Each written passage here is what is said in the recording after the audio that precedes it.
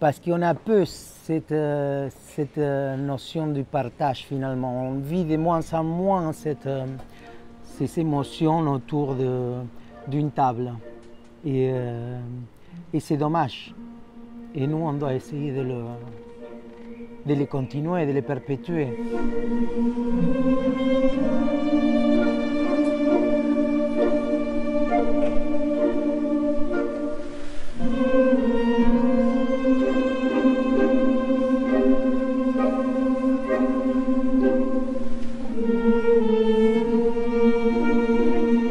En fait, Amalia Colagreco, c'était ma grand-mère du côté paternel.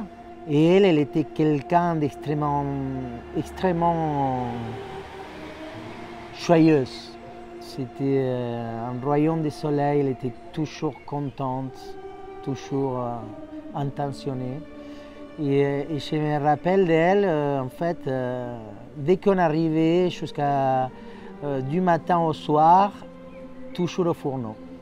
Elle était là pour faire plaisir aux autres, contente de retrouver ses enfants.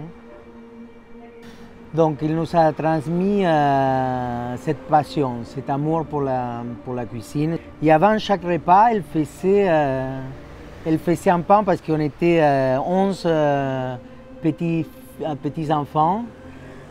De tous les âges pratiquement, j'étais un des plus petits et on arrivait à midi 30, on était tous affamés parce qu'on dépensait beaucoup d'énergie.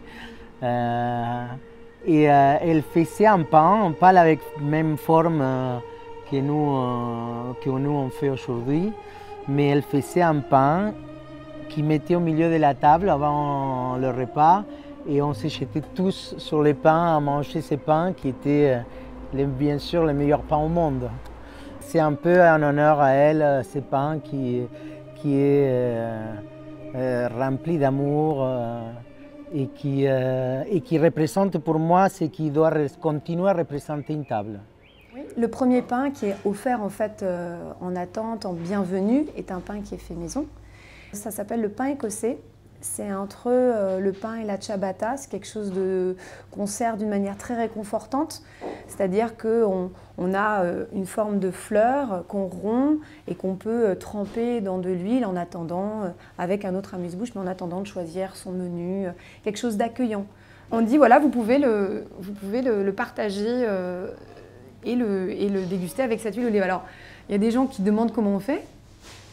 Donc du coup, on leur dit, prenez votre couteau. Vous voyez, c'est quand même dans une forme qui peut facilement, même à la main, se décrocher. Parce qu'il faut quand même penser aussi à ça. Et écoutez, il est vrai que le pain est le meilleur des symboles pour partager les choses. Parce que le pain, un pain, ça se partage, c'est évident. Je me souviens encore de ces gros pains.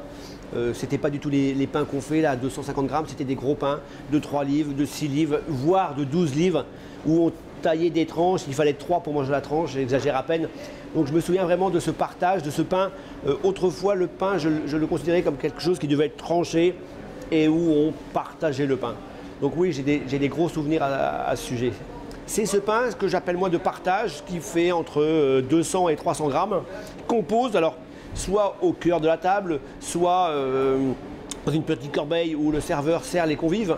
Mais c'est ce pain qui se prédécoupe en 2 ou en 3, en 4, pour justement avoir un pain entier mais qu'on partage. Et là, je trouve ça vraiment très symbolique et très beau. Nous, on avait envie de partager. Alors, ça peut choquer des fois en gastronomie, parce que nous, on propose d'utiliser les mains, on a un couteau, mais il y a des gens qui se sentent un petit peu, surtout en business ou des choses comme ça. Mais du coup, ça donne aussi un moyen de fédérer la table en disant, voilà, on va partager ça, ce côté un peu judéo-chrétien, on va rompre le pain pour commencer. Et donc, on le pose et on les laisse un petit peu se débrouiller. Certains chefs le veulent plutôt en boule, donc le veulent en long, donc le veulent en carré, donc le veulent prédécoupé. Donc ça c'est leur demande particulière. Alors après, je propose des choses des fois, mais ils ont aussi cette exigence et ce souhait justement de dire moi je veux ça. Pourquoi? Parce que leur corbeille à pain, elle est en long, elle est en rond, la table est ronde, la table est carrée, la table est rectangle. Donc je pense qu'en fonction de leur philosophie, ils me demandent de travailler un petit peu différemment. Couper, il faut faire attention, ça met un petit peu d'émiettes partout, mais qu'est-ce que c'est beau quoi. Qu'est-ce que c'est beau de faire vivre, vous savez, faire vivre On fait vivre un chariot de dessert, on fait vivre un chariot de fromage, on fait vivre toutes ces choses-là. Mais faire vivre le pain, c'est merveilleux, quoi. Alors, je défends ma paroisse, bien entendu, mais c'est une vérité, hein. Ce pain, justement, fait aucune miette. C'était un peu aussi la démarche d'un pain de ciabatta qui va se rompre, donc la mie est aérée. Et donc, en plus, si on le trempe dans l'huile, il faut que ce soit intelligent, que ce soit quelque chose de spongieux qui attrape l'huile. Voilà, on a quand même un petit peu réfléchi à la démarche pour que ce soit... toujours, c'est très important que le client se sente à l'aise. Le pain reste quelque chose que les gens aiment bien manger en gastronomie parce que, oui, c'est un fil conducteur, je crois, de la table. En tout cas, pour certaines personnes qui font partie des clients qui aiment des maisons, on va dire, qui gardent un cadre traditionnel comme nous. On a une cuisine inventive dans sa génération, mais foncièrement française, avec des codes, c'est-à-dire des jus, des cuissons, des sauces, voilà, du pain, du fromage. Ça reste une table française. Ça correspond bien à la maison. Et puis, alors, les gens l'attendent. C'est-à-dire qu'on a une clientèle d'habitués qui amènent leurs amis en disant « Attends, il faut que tu goûtes ça, c'est vraiment super ». Parce qu'elle arrive tiède, bien sûr, juste chaude. Bon, bref.